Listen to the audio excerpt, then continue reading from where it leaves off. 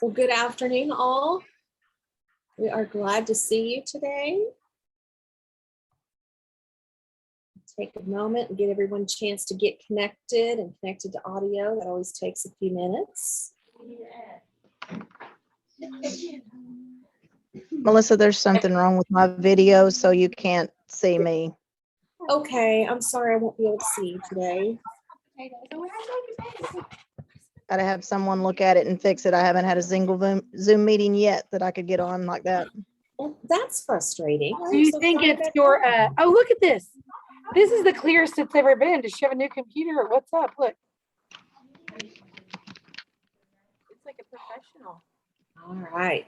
Looks like we've got everybody in. We've got a large group today. Our groups have been starting to dwindle a little bit, but it looks like we're all kind of getting fired up. And I know that we have a very popular topic today. I see some of you joining us that were on the call with Teaching and Learning Advisory on Friday. We're going to be going over the same information that we did at that time. But I know if you're like me, you like to hear things more than once. There's always sometimes a little bit more information that can be helpful. Just for those of you that are not used to joining us for our RSA calls, we do these every month.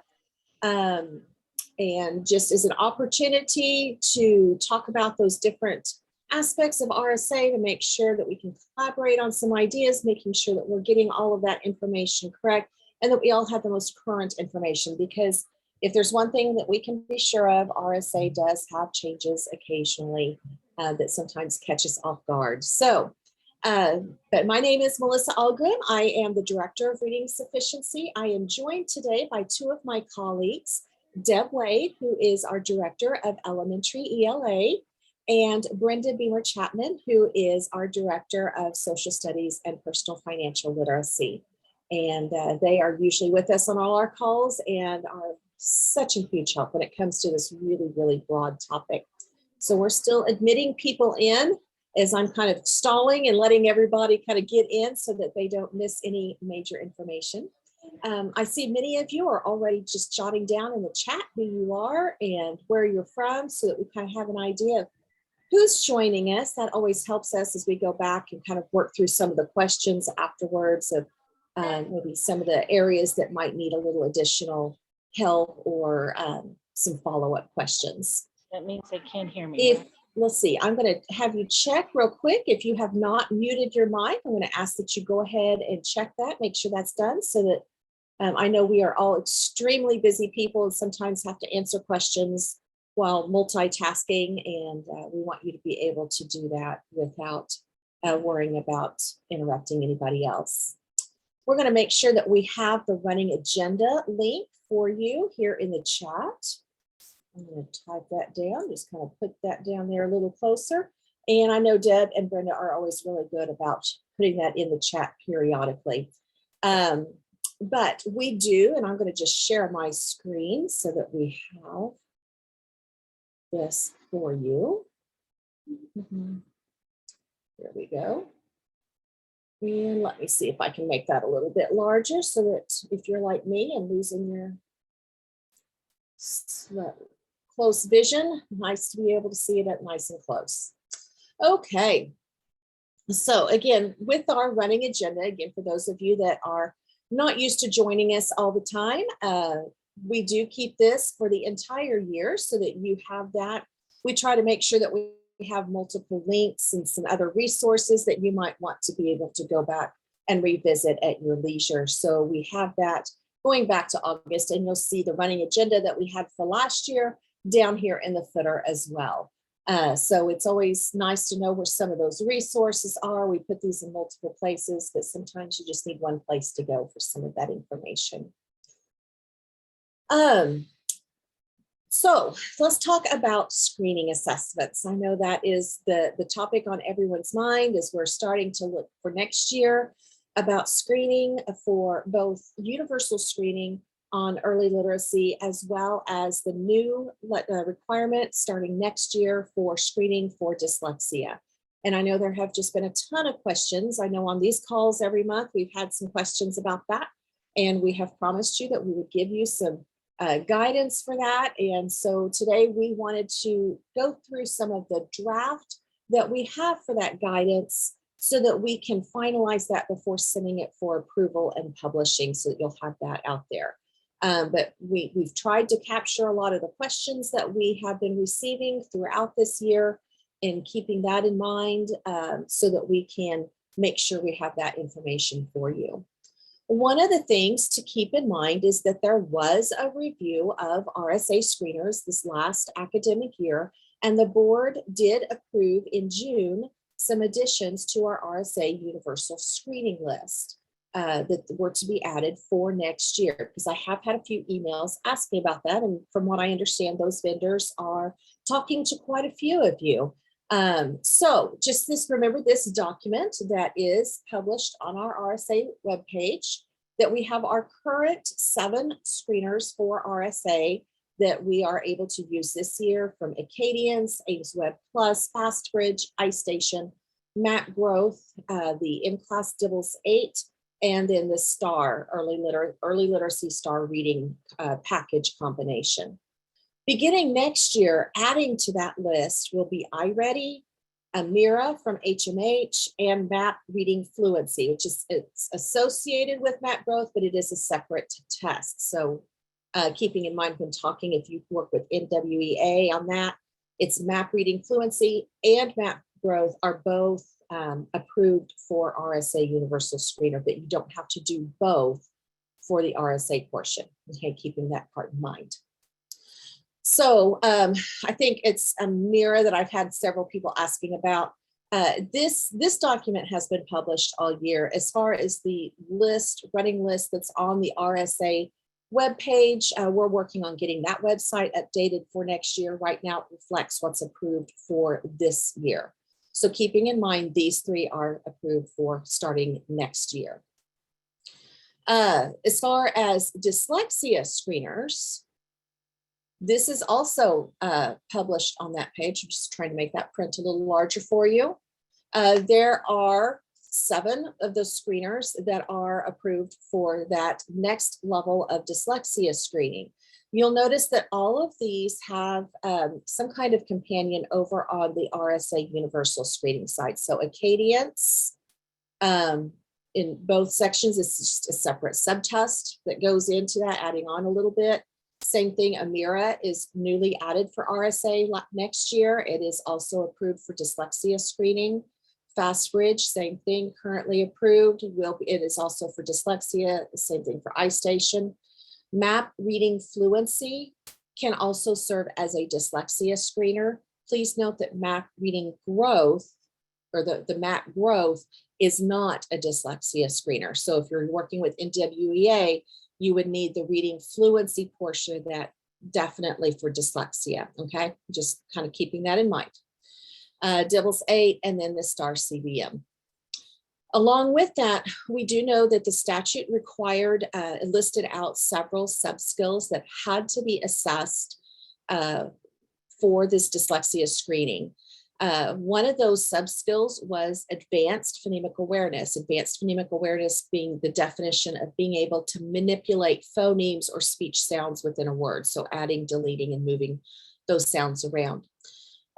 We found, however, when these companies submitted, several of the vendors did not have that sub-skill in their assessments. So, but we had a concern that we wanted to make sure that we had a sufficient variety of screening assessments on this approved list for districts to be able to choose from. And we knew that there was an open resource that would be free to districts that could be paired to assess just that one skill. So this is the phonological awareness screening test, or PAST test. This again, there's no cost involved with this assessment. It's an open resource right here at this website called thepasttest.com that provides directions, the 7 different versions of the assessment and scoring rules for that as well. So you'll see that Acadience, FastBridge, iStation, and Dibbles 8 do not have that advanced phonemic awareness as is defined in that legislation. So it would need to be paired with that PAST test. Okay. So that's just kind of naming those screeners right now. So what I know most of you are really wanting to is, okay, what does this all mean? How does this actually look in the classroom? So there is a link on the on our running agenda, as well as if Brenda or Deb, if you could please drop the direct link to that guidance in the chat for our friends that want to be able to look at that. I know several people have already been in here, but you'll see a document that looks like this.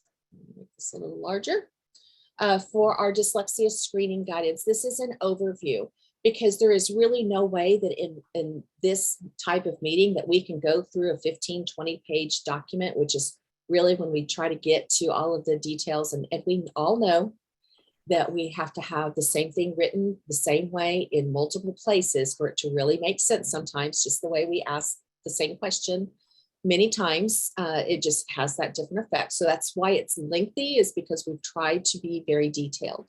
But what we wanted to do with this document was to give you all of the sections that are being addressed in that guidance.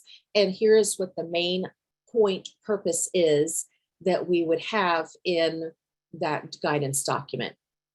So first of all, that purpose of screening, it's meant to identify the risk for characteristics of dyslexia.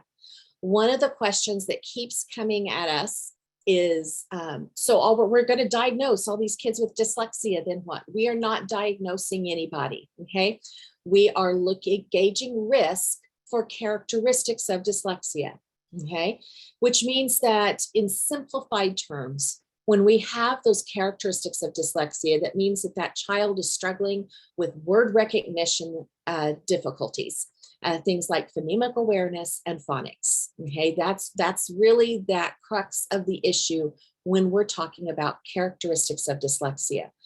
Not every student that shows that they have risk for these characteristics may end up needing an IEP. They may not be they may not ever hear the word dyslexia in their lives again. It may be that there's something else going on. It may be that they were not in school for a while, or that they were really struggling, or that they had an auditory issue that was preventing them to really process some of these sounds. So there's a lot of different issues that go there, but the crux of it is if they are struggling with those skills, we still have to teach them those skills. So this is not intended to provide that diagnosis. It's giving us a risk level for those characteristics, and where can we go from there in our instruction to address those risk characteristics. Obviously, just as with all of our universal screeners, the idea is to identify that risk early and to provide that tiered reading intervention in our general education classrooms in order to address those issues as quickly as we possibly can, because we know that the longer that we wait, many of you have heard me preach this before, it's that Matthew effect. The longer that we wait, the bigger the gaps get and the harder it is to address. The more expensive it is, the more time consuming it is, and the less opportunity that those students really have to catch up with their peers. So the idea is we want to get this risk for characteristics down if we see that, to address that quickly, not just wait and see what will happen or give them a chance to grow out of it, because we know that they don't grow out of things. We're just going to have to give them that good instruction. So again, we wanted to make sure that we understood that purpose for screening, because we are finding that we have a lot of areas that still have that misunderstanding. This is not a full educational evaluation. This is not a path to special education, just like it is with our RSA screeners. It is saying there's a risk for something and here's how we need to address it. So who can give this type of screening? One of the requirements when reviewing these options was to make sure that this could be provided by any certified teacher, that it does not have to be a school psychologist, a psychometrist. It does not have to be a special education teacher. Anyone who's able to give the RSA screening should be able to give this dyslexia screening as well. Okay, so that opens that up. Now, who is assigned to do that? That is a local control decision. Districts decide based off of their resources who they feel would be best to administer this level of screening. Anyone is capable of giving it, but that way districts have that decision based off of what their procedures are and what kind of resource personnel they have. We did want to make the point, however, that because this is affecting instruction in the general education classroom, that it is really important that the general education teacher be involved, just as they are with any other of those assessments as well. So if we're finding that a student is struggling with an area, say like with phonemic awareness and needing those skills, then whether the classroom teacher administers that assessment and then provides that additional support in the classroom, or let's say an interventionist or provides the assessment and then has the conversation with the general education teacher saying, here's what we're doing as intervention. Anytime you can emphasize this in your classroom instruction, this is what this child needs. You know, something simple as that and maintaining that conversation. That's just good instructional practice for all of us. But I know that as we get very busy with all of the requirements that we have, sometimes we forget that and we want to try to pigeonhole things. The other thing, and just in response of, is we've been getting a lot of questions of, should this all be housed in special ed? We can't emphasize enough, this is a general education initiative. Screening for universal of reading difficulties, that starts in general education. And so that's why our general education teachers need to be closely involved. So who needs to be screened? So according to the statute that was passed, it says any student that is enrolled in grades K through 3, assessed through the RSA universal screener, and not meeting grade level targets after the beginning of year assessment shall be screened. So let's break that down just a little bit. We're talking specifically our K through 3 students, okay? All of them get that universal screening at the beginning of the year. Those students who do not meet that grade level target at the beginning of the year, remember that's set at the 40th percentile, will then get the additional, that kind of the next layer of screening of what we're talking about for this dyslexia screening. It's a couple of additional subtests, like talking about the spelling or the rapid naming, those types of things. So I have had questions of, well, do we look at later on in the year? You may, that is a district decision if you want to add on, but it is not a requirement. The statute requires after looking at the beginning of year assessment and then beyond that. So we've had some districts asking, what about when new students move in?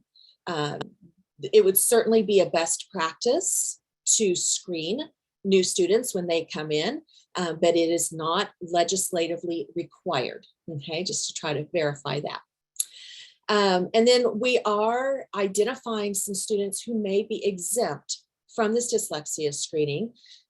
So students who have an IEP that where those students are served by special education services for visual impairment and hearing impairment may be exempt, as well as students served in the category of intellectual disability or multiple disabilities.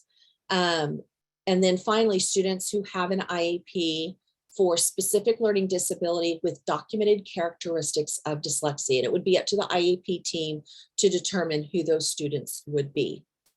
If you will recall, we do have a proposed rules change under RSA to also exempt these first 2 groups, the students with a visual impairment or hearing impairment as determined by the IEP team, as well as students in the category of intellectual disability or multiple disabilities.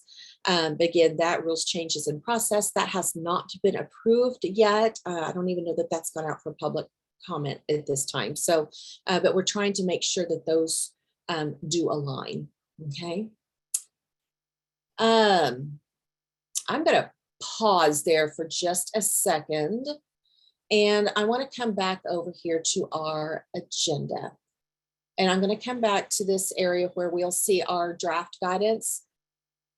We have on here areas where you can click anywhere on any cell of this table and type in if you have some additional questions that you need us to consider as we're working on this final draft, or clarification, or even something you're seeing that you're really happy about. You know, we always like the good news too. But if there's some things that you want to put on there, I have seen that the chat has been very busy, but I have not been reading it while I'm talking. So that might, I'm going to kind of scan through that. But if you have some comments or questions, if you would put those on the agenda so that we can capture those ideas. Because like I said, we still are working on that finalized draft, and that can influence the guidance documents based off of what you're asking and saying here. So Brenda and Deb, is there something in the chat that we need to maybe point out, address specifically what we've talked about so far as the purpose of screening, the requirements for staff, or the student requirements? There's one maybe clarification. So is the dyslexia screener to be given yearly to every student? So you talked about that, the ones that are not at benchmark at the front. Is this just once in a student's career, or each year that they don't meet it? So with the statute right now, it's every year for K through 3. After that point, it only if decided it was needed or requested. Okay. But at this point, yes, every year K through 3. And then one other question I see, is that including kindergarten students, even though they don't get an IPRI until after the winter benchmark? It is at this point, yes. Unless we can get some guidance from legal, but right now the way the statute is written is that we would do the screening. Now that still wouldn't necessarily change where we would do an IPRI, but we would still need to complete that screening. Okay, but great question. I know that that could be there. And let's see, I think we've been adding that link.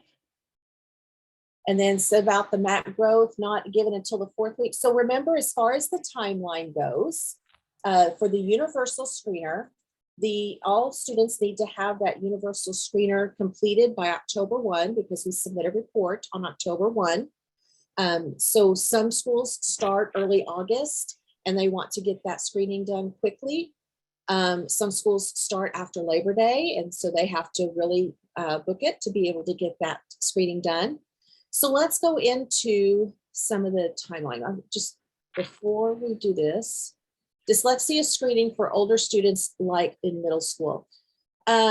So with the statute, it is specifically for our K through 3 students. So students that are above 3rd grade, the screening can be requested by the parent or by the teachers, so that we can kind of get an idea of where those students are. Okay, so the focus is really on the early elementary.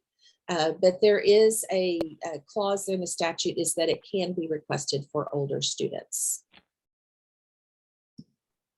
All right. So let me come back over here to our guidance. And let's talk a little bit about timeline. So with the timeline on here, we're trying to make sure, because RSA and the dyslexia screening are really tied closely together.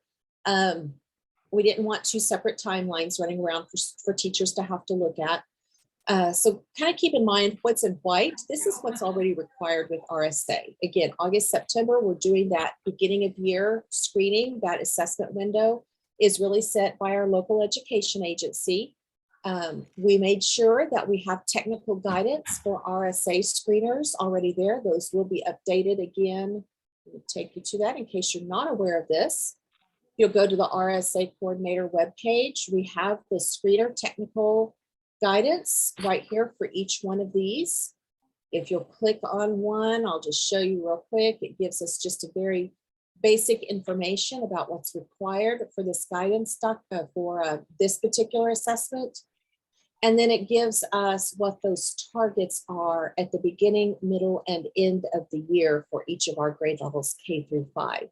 We're looking for that green, that grade level target. So at the beginning of the year for Acadians, we're looking for kindergarten students to score at a 26 or higher, okay?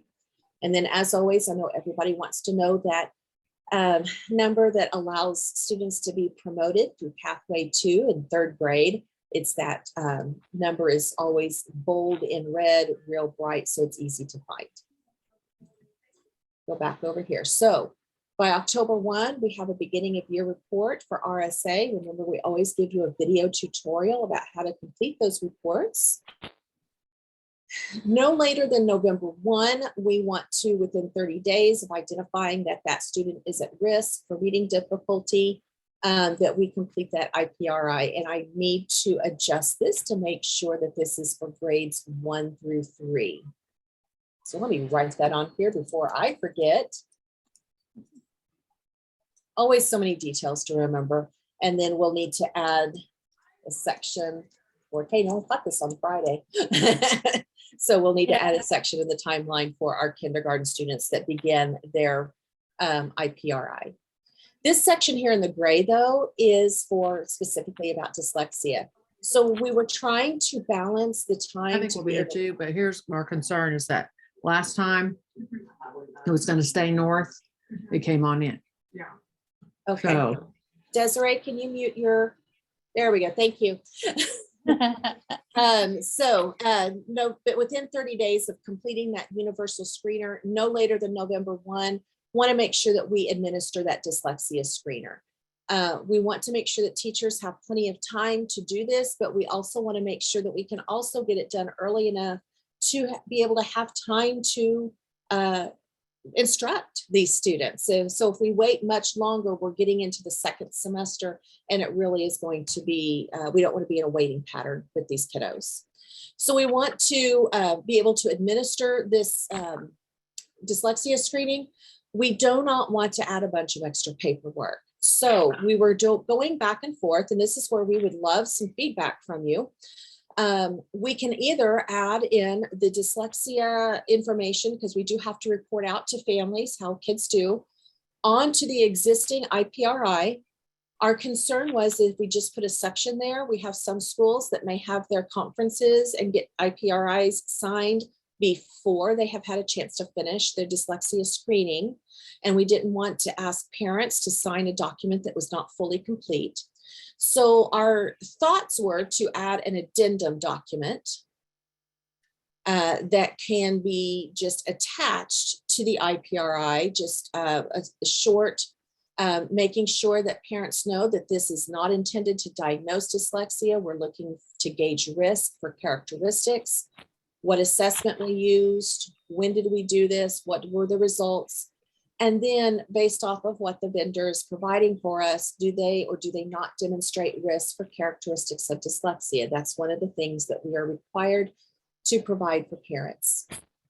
And then based off of that, we do know that we might already have a great plan in place for our students on intervention. Maybe based off of our screening assessment that we did for RSA already, we're saying, okay, this student really needs this. We've been providing this intervention. There's no need to make a change based on the additional information we have.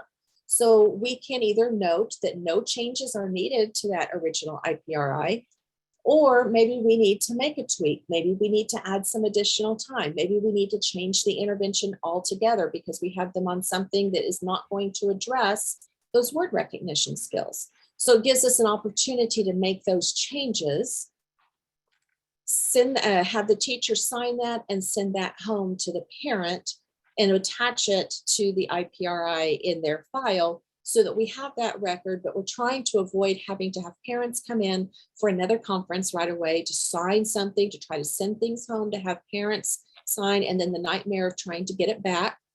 So, I mean, all of the things we're trying to think through on that. So as far as where we would really appreciate some thoughts on that would be that timeline that we've talked about, the within 30 days completing that dyslexia screening, and then in another 30 days, no later than, of communicating that to families. That's putting it somewhere as possibly as late as December 1, which makes me very nervous, but I'm curious to hear from working out in with your schools and the timelines that you're seeing. What do you feel would be appropriate and doable without, while meeting the needs of our students without making it overly burdensome for our teachers. Okay, so keeping that thought in mind. So these two areas in gray are the new, and there is a little bit of wiggle room because the dates are not in statutory language. So we're setting this up for our guidance. The other dates that are in white, that is pretty much in statutory language through our RSA. It's the parts in gray that we have that wiggle room on. Okay. And then this, obviously, I just made a note that we need to add in here where we would write our IPRI for our kinder students after our mid-year screening, then our end-of-year screening, and then the end-of-year report. So just this quick timeline. I'm also curious as if this timeline would be helpful, also trying to keep it to one page for all of the requirements between RSA and dyslexia. The more that we can give, if it's helpful, that's what we want to be able to try to do. Okay, and then finally on this, after we get through that timeline, that's that analyzing the results in the intervention. So I showed you earlier the technical guidance that we have from the vendors. The vendors also have that same technical guidance information for our dyslexia screening of what is the risk factor, where are those benchmarks that demonstrate this is the risk level, if it's a high risk, low risk. Unfortunately, however, the technical guidance documents sometimes from our vendors are hundreds of pages long. So we are creating a form similar to what we've done for RSA that would be similar to one another. That way, all you have to do is click on that link and the information is right there. You're not having to dig through those large booklets that the vendors provide. You can always go there for more detail. What we want them to be able to do is point specifically if they have this score right here, then this is where we're saying, yes, they have those, their risk for characteristics of dyslexia. The interventions, like we said earlier, should address those word recognition skills, phonemic awareness, phonic spelling, where the student is struggling, and those subtests would help us pinpoint those particular areas. Interventions should be evidence-based, and we do know that they need to provide explicit and sequential instruction. Students with a higher risk of characteristics of dyslexia, just like a higher risk of any other type of difficulty, will need more intensive intervention. This is where our multi-tiered systems of support comes in. The greater the need, the more intensive the intervention that needs to be provided. And we intensify those interventions through providing additional time or additional frequency. We do know that students with higher risk of dyslexia often need more repetitions of those skills that we're working on than students that don't have that risk. So those students that are at that high risk probably need more time. Maybe instead of meeting 3 times a week, they need to be meeting daily, or they might need to be in a smaller group. So those types of things. The Oklahoma Dyslexia Handbook, which was created in 2019, I believe, with the Legislative Task Force. I see a couple of you that were on here this call that were a part of that task force. Chapter 7 of that handbook goes into more detail about the types of interventions that are most helpful for students with characteristics of dyslexia. So something to keep in mind there. Finally, family communication. We do have an obligation that when we assess a student, that we communicate the results of that assessment to the families. So that IPRI addendum that I showed you earlier, we intend that should satisfy that requirement, and that according to our timeline, we would send it to families within 30 days of completing that dyslexia screening to share those results. We also are in the statute obligated to send home an information page about dyslexia that gives them like the definition of dyslexia, risk factors to be aware of, and how this might relate to special education services. We've already been creating that. We've been working on that. We're just trying to finalize that document. It's just a one page front and back that can be copied off and sent home so that schools are not trying to duplicate the work. It'll be right there for you, ready to point to. Okay. So those are basically the comments there in the guidance. Brenda and Deb, I'm a little bit afraid to ask, what do we need to address over here in the chat? So we have tons of questions because we weren't able to add the questions into your box. So Gotcha. they're all in the chat, but one thing I will answer for you is that there have been several questions on here about where to find the timeline, where to find this on the SDE website, So we've given you, Deb put in a link to the dyslexia guidance that Melissa's been working on. So that's the link for it right now. And the timeline is on that. So when you click on the dyslexia guidance link and it pulls up that document, there's where the timeline is located. And it's not anywhere on our site right now. Right. And I do need to emphasize, this is a draft. This has not gone through our legal department to say it's ready for publishing yet. We're getting that feedback right now to be able to make sure that we can say, yes, this is comfortable with, we're answering the questions that our constituents have.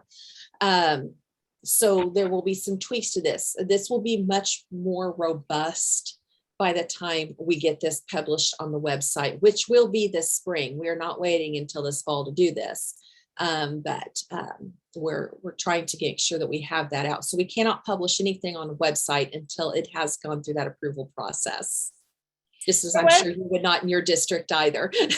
There was a suggestion that maybe adding the word, those students meeting RSA requirements are not required to take the dyslexia screener. Maybe that would help clarify. So thank you for that suggestion. Another question was for people that came in a little late, who is responsible for administering the interventions to a student with the characteristics of dyslexia? So that would be a local education agency decision. That's a local control based off of the resources that you have. You know, that might be your general education teacher if it's a very low risk and can be easily incorporated into like a small group setting. It might be an interventionist to pull out support. It could be a special education teacher if they also are meeting under IDEA and those requirements. So again, it's going to depend on the resources available at that district and the needs of the particular student. Your higher risk students need to be with your most qualified teachers. So I know that we have some districts that have teachers that have received additional training in programs like Wharton Gillingham or Take Flight. Those would be maybe taking those highest risk kiddos. But we also know that in some cases, that may be more of a caseload. If they can't necessarily take every single student that flags.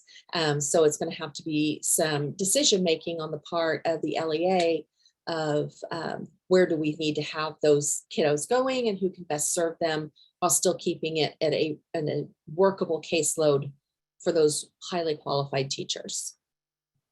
One other clarification about general ed or special ed giving this actual screener.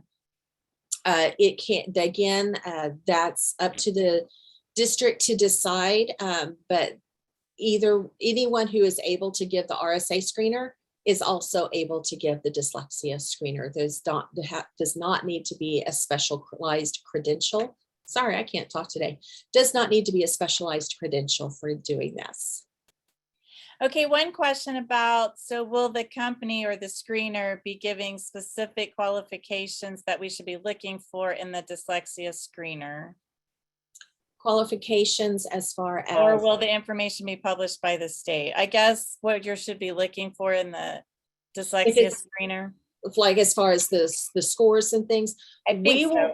We will put that on a form that is the same for all of the vendors, but we ask the vendors to fill out the specific information.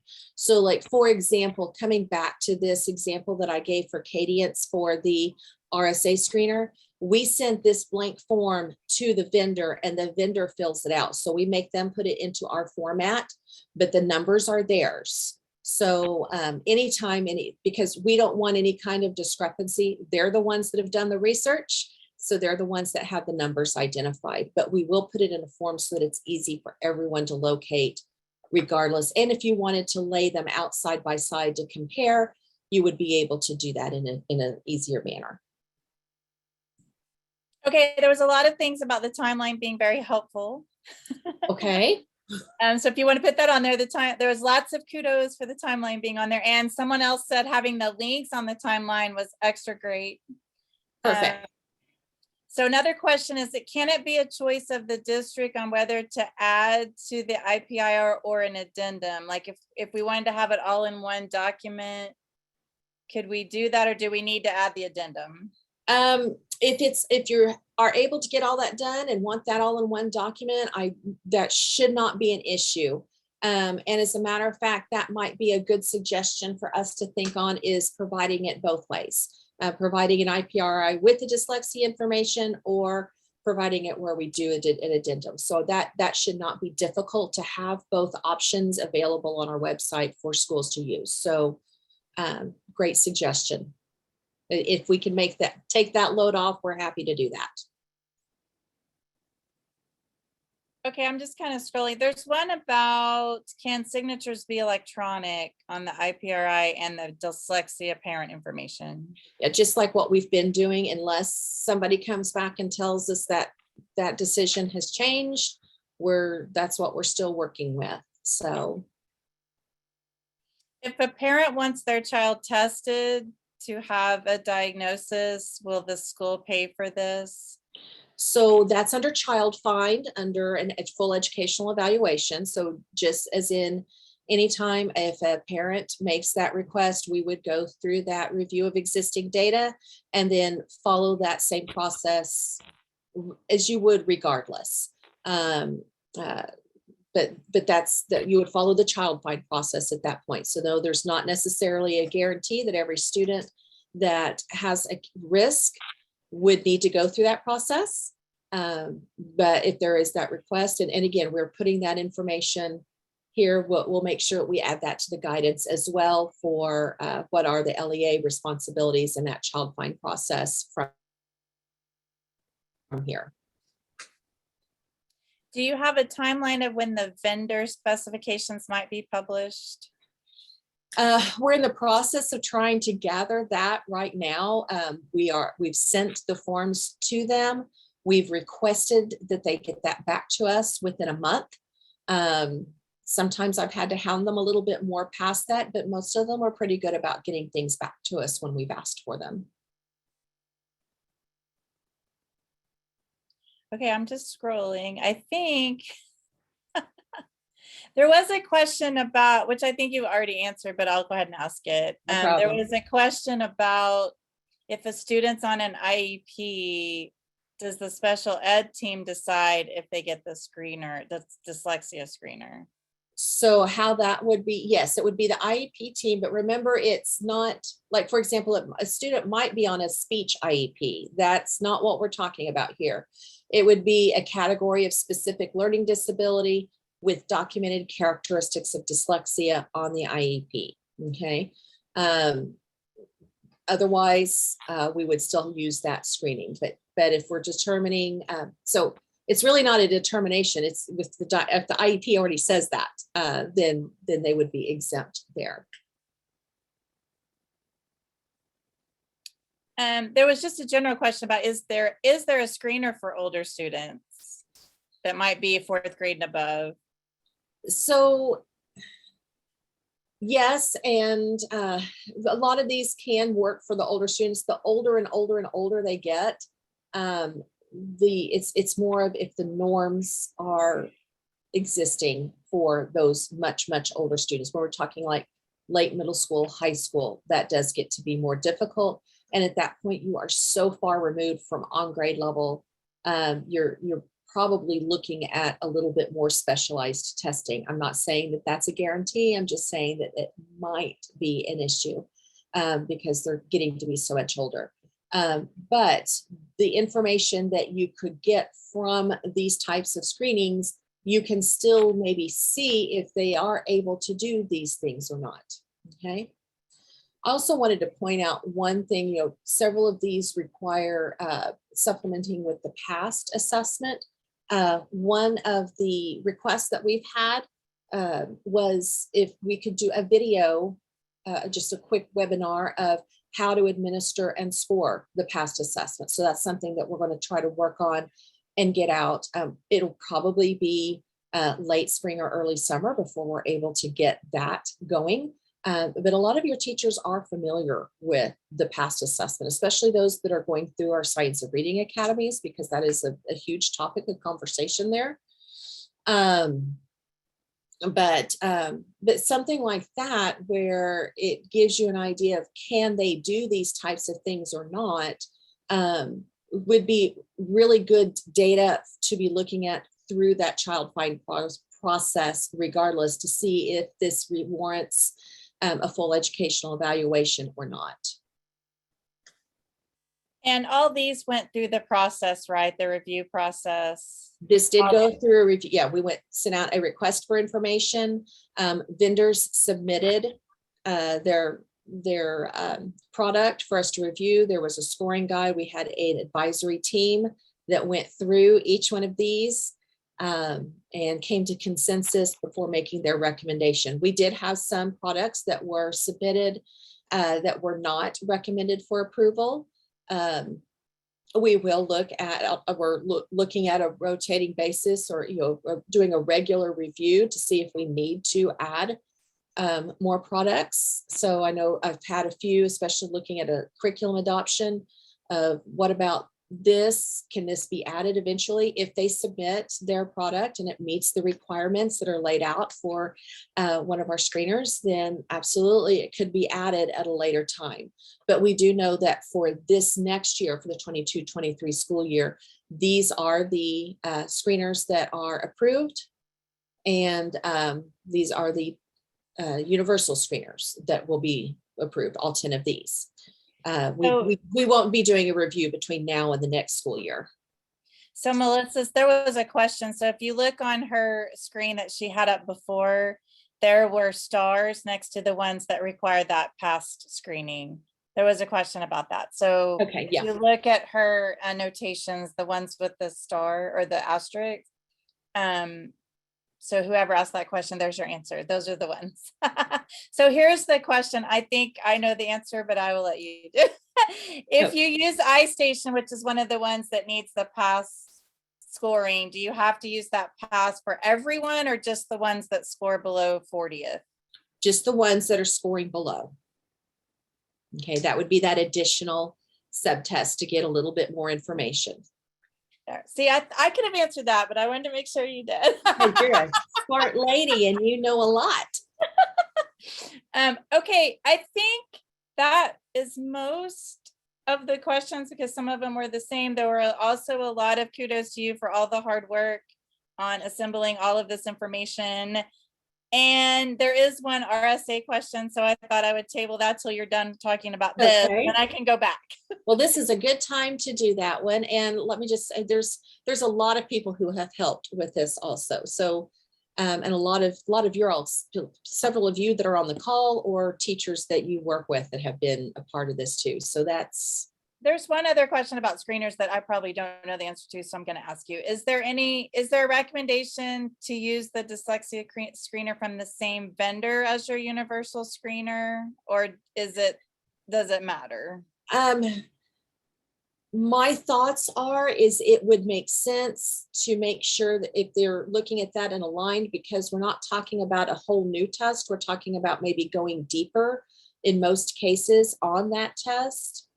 There is nothing written in law that says you have to use both for both purposes. Now, there may be some cases where vendors make that a little bit sticky for you, in the fact that they're going to want you to purchase one to get to the other. But there's nothing that's an option that you have. So I know it's kind of like when you're buying curriculum, do you have to get the same curriculum for all of your grade levels, or can each grade level have their own? There's nothing that says you can't, but for alignment purposes, it's much easier if everyone's talking the same language. Same case here. I mean, we're talking about going a little bit deeper, another layer. So for that screening. I also saw in the chat something about literacy first. Was that considered? Literacy first did not submit, but also remember, we were reviewing for screening assessments. Literacy first does an amazing job at diagnostic assessments of giving you more information, but we can only review what has been submitted for.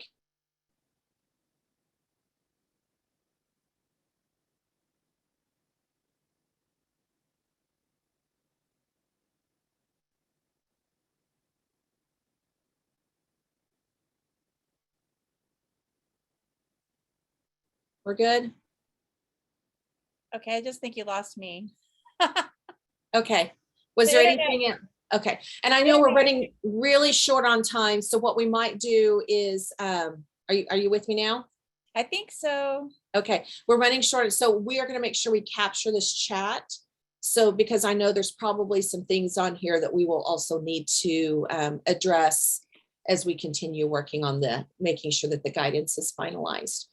Before we hit our time though, we have about 9 minutes. I did want to make sure that we were aware that with a legislative update that passed last year with RSA funding will go into effect next school year. And I've written the language from that legislation on our agenda. You should see it on my screen right now, just so that you have that there. But it says that starting with this next school year, that those districts that receive more than $2,500 of RSA funding would need to spend no less than 10% to provide professional development for teachers in pre-K through 5 on the science of how students learn to read, as well as that accompanying instructional materials. We also states that by June 30th of this year, that the department will have a list of approved programs that are evidence-based and that directly address that science of reading for districts to be able to make plans with, so that they have that idea. Now, for some of you, I mean, if you're getting about $2,500, we're talking $250. So obviously you're not going to probably provide training to your entire staff with $250. It might be 1 or 2 people. It might be some things like that. So be aware that we are working on putting together that advisory group to do a review and to publish that list so that you'll have that by June 30th. So we just wanted to make sure that you were aware that this was coming, that we are working on those supports. We would like to have had this list published a little earlier, but there's only so many hours in a day, and we needed to get this dyslexia guidance out. So we're working on this as our next project that we're working on like now. And then just real quick, I wanted to go through the rest of our agenda.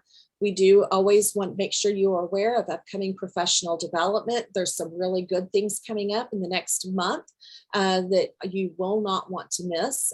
First of all, Lynn Stone is going to be doing a webinar on Wednesday, March 9th at 6:30 on orthographic mapping in word forms. So think spelling and how to use that with instruction and how that relates to reading and writing.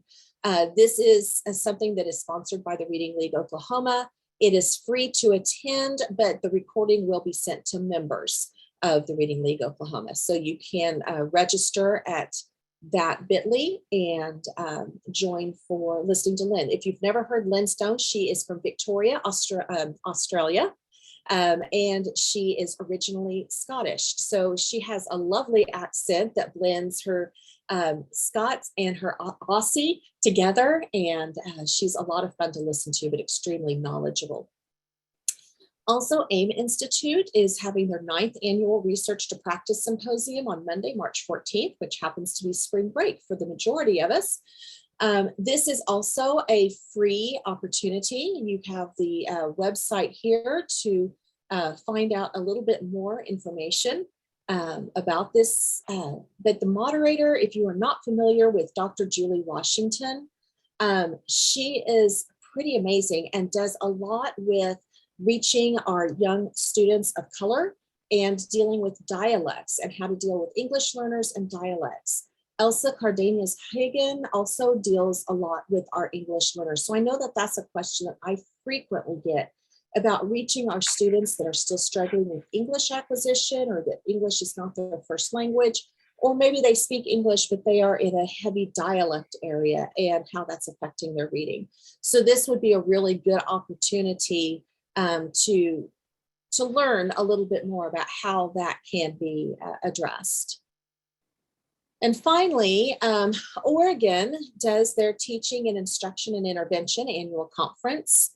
It's April 28th and 29th. Recordings will be available since that's happening during our school days. And I know trying to find 2 days where you can actually attend something is next to impossible.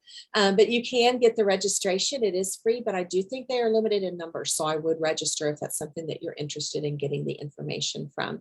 And I think you can register for either wanting to attend live so that they can have those seats reserved, or if you are just wanting to receive the recordings afterwards, which makes it nice. That way you're not worried about taking a seat from somebody. So we will have our next meeting on March 9th. I know I had to shift this one to a week later, mainly because we knew that we wanted to address this topic, and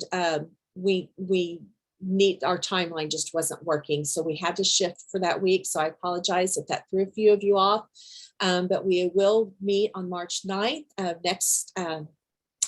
next month to discuss anything that's coming up. So we kind of based off our topics, based off of the questions that we tend to be getting in emails and phone calls. So I know that we are hitting right at the time. It's not off it's been a while since we've been running out of time on these calls.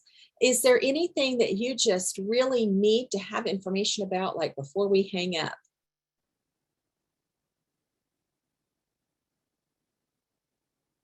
So, all right. Will the state offer take flight? I have not heard any conversation, Kelly, about that happening yet. That doesn't mean that it's a solid no, but I haven't heard anything in the works at this point. For some reason, they don't tell me everything going on. So, all right. Thank you all for giving up your hour. I know your time is extremely precious. It's always good to see all of you. And we appreciate it. Let us know if you have any questions, if you're looking about that later on and come up with another idea or question, just shoot it our way. We will be working on this over the next week or so that we can get this out to you as quickly as we can. Thank you all. Melissa? Yes, Shannon. I have a question really quick. Sorry, I tried to start my video, but it's not working. That's okay. Okay, so I had put in the chat box, which there was a lot going on. So after we give the dyslexia screener and we're serving intervention, when will there be a determination of like if they are dyslexic or not? Okay, so just like with any other issue that you're intervening with, you would want to monitor that progress. And again, as I'm saying this, Brenda, can you got to be jotting down, we need to address progress monitoring and ongoing in that, so that we can see that how that progress is being, are they making the progress or not? And then through that child find process, that might be that if you're looking at that progress and they're not making the growth that you should be seeing, then that's probably going to trigger child find. Okay, where you need to make a decision. What do we need to do at this point? Does that help answer your question? I mean, it's a really overly simple. No, that helped. And it's called what now? Child find. That's where we're looking at under IDEA. So if there needs to be there, and again, I want to emphasize so much that not every child who is struggling with this or flags on a screener needs to go into special education. But I had some pretty intense dyslexia training with Pam Henley. Yes. And I mean, it's very complex. It's not just here's a screener. Oh, they're dyslexic. I mean, you can't just say that. So that was my question. I'm like, wow, that's a lot. Okay, well, that helps me a lot. Perfect. And that's one of the reasons, Shannon, we're very careful to use, we're looking at risk for characteristics. Right. We don't want to give our parents, teachers, anybody the impression that we're saying this child has this diagnosis, because this, you're right, this is not intensive enough No, to no. be able to make that kind of diagnosis. So, Right. Melissa. hi, Gail. Hi, Melissa. I didn't ever, I had a couple questions that didn't get addressed, just real quick. Okay. I called the Rent Place company because we were going to use CVM, and they told me that only the rapid picture and rapid color part of their test identifies possible dyslexia. Is that Okay. right? Or this, because there's so many parts to it. That doesn't quite seem like what I recall, but I will be, like I said, we've put that form out for our vendors. So we'll Okay. see where Renaissance comes back with us to Okay. say.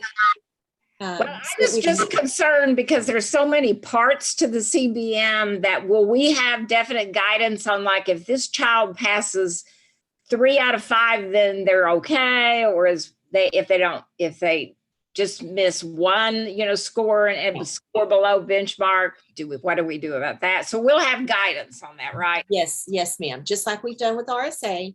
Okay, Let perfect. me give that guidance there. Gayla, I just thought, yes, are we going to have a document for parents? Yes, we will have that.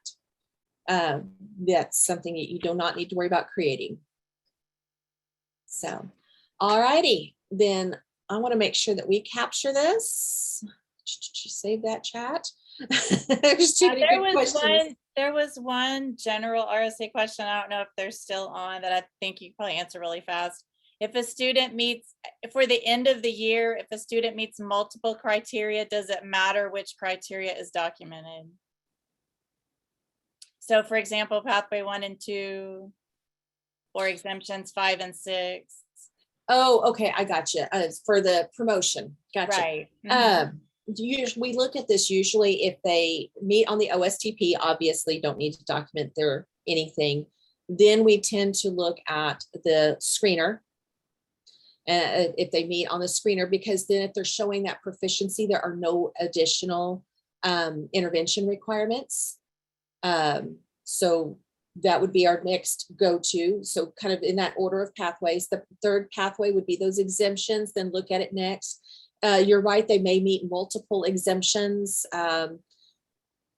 You're on the report on the wave, you're able to hit multiple ones. You don't have to, but that's up to you as a district of what you're able to do. But we just kind of know it really, the fact that they meet a screener, they meet an exemption, that's the exemption we meet. And then the last one that we look at is that promotion retention committee is kind of our last resort type one. We want to save that until we've cleared all of the other pathways. And thinking about it this way would be, if we promote through the first 2 pathways, the OSTP or the screener, then that student is moving on to 4th grade without additional intervention requirements. If they are promoted with an exemption or through that, we have to continue to provide intervention to meet their needs. And then obviously the 4th one, pathway 4 with the committee, is probationarily promoted. So it's more restrictive for 4th grade. So we want to try the least restrictive possible, if that helps. All righty. Well, everybody have a wonderful evening. Stay warm tomorrow because I think our weather is going to get interesting tonight. So I hope everyone stays safe. All right, take care and thank you all for your time. I need to stop.